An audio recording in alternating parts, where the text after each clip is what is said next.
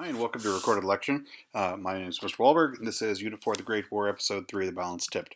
We have three objectives today. You should be able to describe how the United States mobilized for war and summarize the U.S. battlefield successes. You should be able to identify the new weapons and the new medical problems faced in World War I. You should be able to describe the U.S. offensive at the end of the war. Let's begin in Rebel Numeral number 7.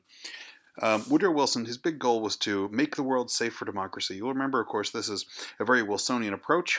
You think about the time, like his moral diplomacy back in our imperialism unit.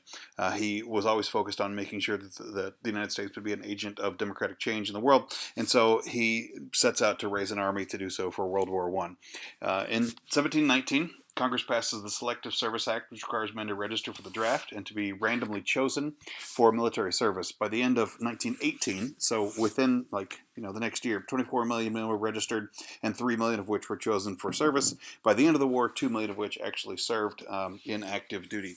Around 400,000 of those were African Americans serving in segregated units. Wilson was a segregationist. He, even though he's a progressive, he's a faulty person on civil rights.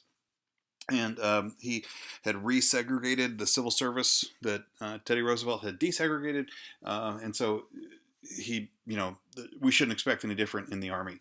Around 400,000 African Americans served in segregated units, but they were totally excluded from the Navy and the Marines. Most black people were assigned to non-combat duties. There were some exceptions, but overall, black people couldn't expect to be doing the fighting for their country. Military training had to be revamped.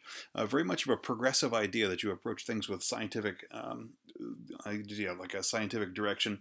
And so military training was revamped. Now soldiers were training for 8 months, and training took place mostly in the United States and partly in Europe. It was a big change from how the armed forces were handling training, say, during the Spanish-American War, which was kind of a lot of stories about, old people telling their stories about the Civil War. This was a scientific approach. They trained for 17-hour days. That might be a typo in your notes. If yours notes say 170-hour days, that's a long day. 17 hours is long enough. They trained through 17-hour days in a variety of tasks: target shooting, bayonet drills, kitchen duty, cleaning the grounds. They often didn't have enough weapons to really train on, so the weapons were scarce, and they drilled with fake weapons until they were proficient. They used rocks of a similar size to a grenade because there weren't enough grenades, and they used wooden poles instead of rifles because there wasn't enough rifles. Women weren't allowed on the list in the armed forces, but they did end up serving in the Army and the Navy and the Marines as nurses, secretaries, and phone operators. In the Army, women were denied any kind of Army rank, pay, or benefits, but in the Navy and Marines, they were given full military rank and even full benefits. Though the Navy had grown during the time of the Spanish-American War, it was still way outclassed by the standards of the new naval warfare. The United States needed to expand its fleet to transport men and food and equipment to Europe. To do that, the United States gave special status to shipyard workers. If a person was working in the shipyard, they were exempted from the draft. They were deferred from participation in the draft. The United States Chamber of Commerce joined a public relations campaign to convince people of the importance of shipyard work. It was really important to build ships, so in order to encourage people to go into the business, they gave flags to shipyard workers that were like soldiers and families received. They convinced car owners. Now, no, most people didn't have cars. A car was not a novelty, but still a pretty unique thing. They convinced car owners to give rides to shipyard workers when the public transit became crowded.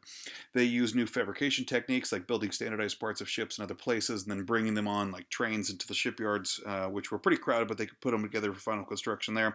And that was one of the most effective techniques to improve ship construction and cut down production time significantly. Take, for instance, July 4th of 1918, when the United States launched 95 ships in the same day. It was quite an event to go launch a ship.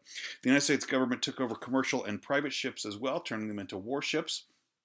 And they would take on, even not quite pleasure vessels, but small commercial ships or private ships that weren't military ships, but they would outfit them for military purposes, subpoint C. The convoy system also had to be developed, where a number of ships would go with the commercial ships. So you've got, boats taking goods and stuff across the ocean, but they're still subject to attacks with the military, by the enemy. So they're destroyers that run along the course, and trawlers and torpedo boats that would come along, and just along right next to the merchant marines that were just bringing over goods at the same time. The United States Navy also helped lay mines across the North Sea. These are the party balloons down here. The little things or spikes out are detonators, and they blow up. The Navy helped lay mines across the North Sea, keeping U-boats out of the Atlantic. By 1918, 1918, it was so effective that Germans were having a hard time replacing boats and trade submariners because the losses were so much. Before I move on to the slide, I want to talk about one of my favorite pictures in all of U.S. history. It's this ship right here, which has a special kind of camouflage painted onto it. If you can kind of imagine that people would be looking out their periscopes and telescopes to go find ships on the horizon, you see something like this or one of these ships in a huge convoy of other ships, and it's actually kind of hard to tell where the front of the boat is. It's a type of camouflage called dazzle paint or dazzle camouflage, which uses these strange angles, and it's really confusing to the viewer's eye. Roman numeral number 8. After 2.5 years of fighting, Europe's allied forces were exhausted and demoralized. German law required soldiers to be at least 19 years old, but in practice they were enlisting boys as young as 14 years old to fight. When American troops arrived, they brought new soldiers and, more importantly, brought new freshness and new enthusiasm. This slide might not show up in your packet, depending on which edition of the package you've got. Subpoint B. General John J. Pershing led the American Expeditionary Force into Europe. The soldiers were called Doughboys, maybe because the U.S. soldiers were wearing white belts.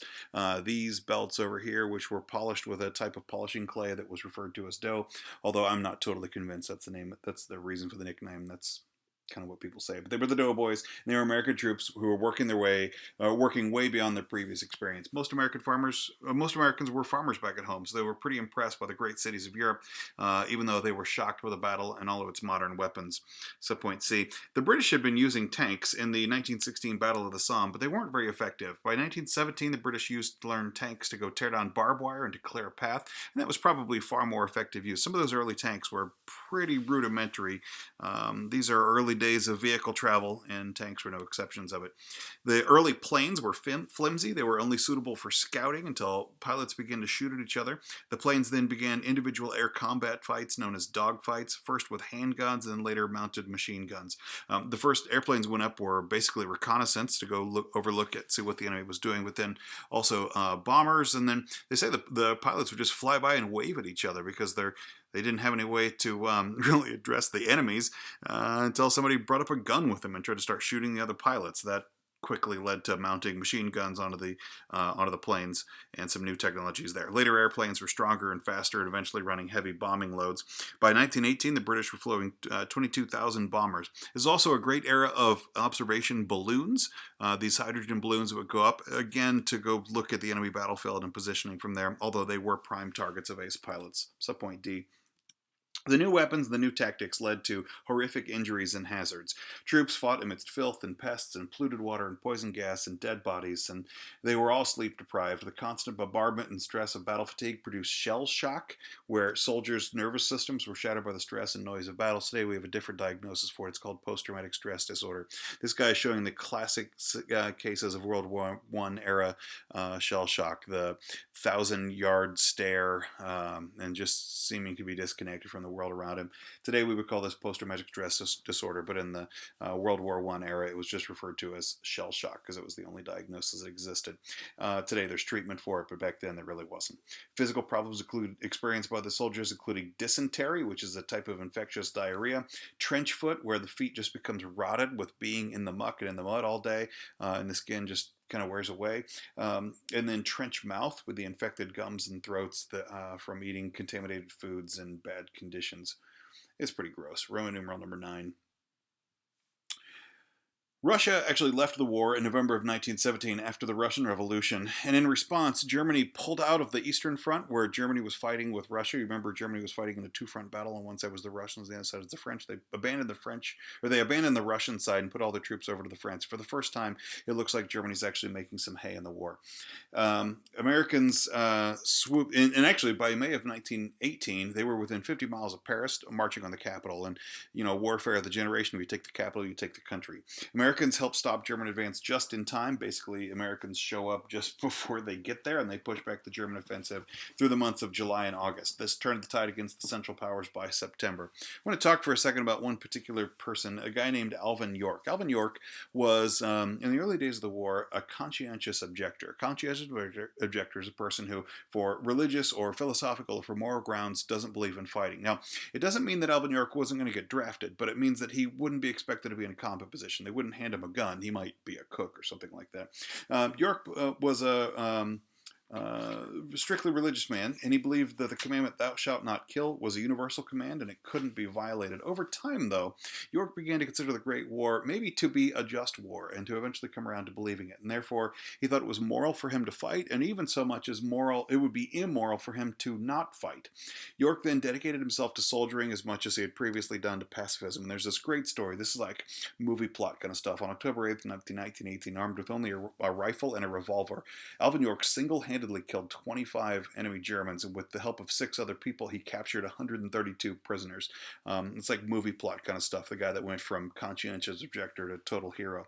Generals and commanders heaped praise on Alvin York. He was promoted to sergeant, became a U.S. celebrity, and even one of the most decorated soldiers of World War I. In November 3rd of 1918, Austria-Hungary surrendered to the Entente forces, and that same day, as soon as Austria-Hungary surrenders, related to that, there was German sailors out at the sea were mutinying and turning on their captains.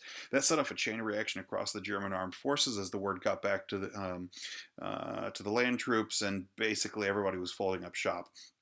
And on November 9th, the socialist leaders in Germany basically pushed out Kaiser Wilhelm and established a German republic, and they forced Kaiser Wilhelm to totally abdicate and flee to Holland and just abandon the country. Exhausted, Germans then signed an armistice a few days later on November 11th of 1918. An armistice is not a peace agreement, it's not a treaty, it's not even a surrender, it's just an agreement to stop shooting each other, and then that would lay out the path for greater peace later. And so they signed the armistice on November 11th, 1918, in a day that became known as Armistice Day until it became known as Veterans Day later. All in all, 10 million people became refugees, being displaced or their homes destroyed.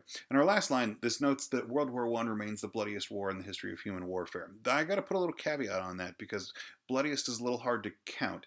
In terms of greatest number of casualties, it's not the It's not the largest war. But if you want to consider casualties and injured, if you want to consider people that would die later of ancillary disease or starve to death as a result of the famine that would sweep across the country, World War I is one of the ugly ones, and it, depending on how you measure it, may be the ugliest. Although, again, measuring it's a little bit different. More than half of the 22 million dead people were civilians, with tremendously high civilian casualties, and 20 million more were wounded. All right, this concludes our notes of the day. Sort of a bummer way to end our packets, or end this day of the packet. But make sure you like and subscribe.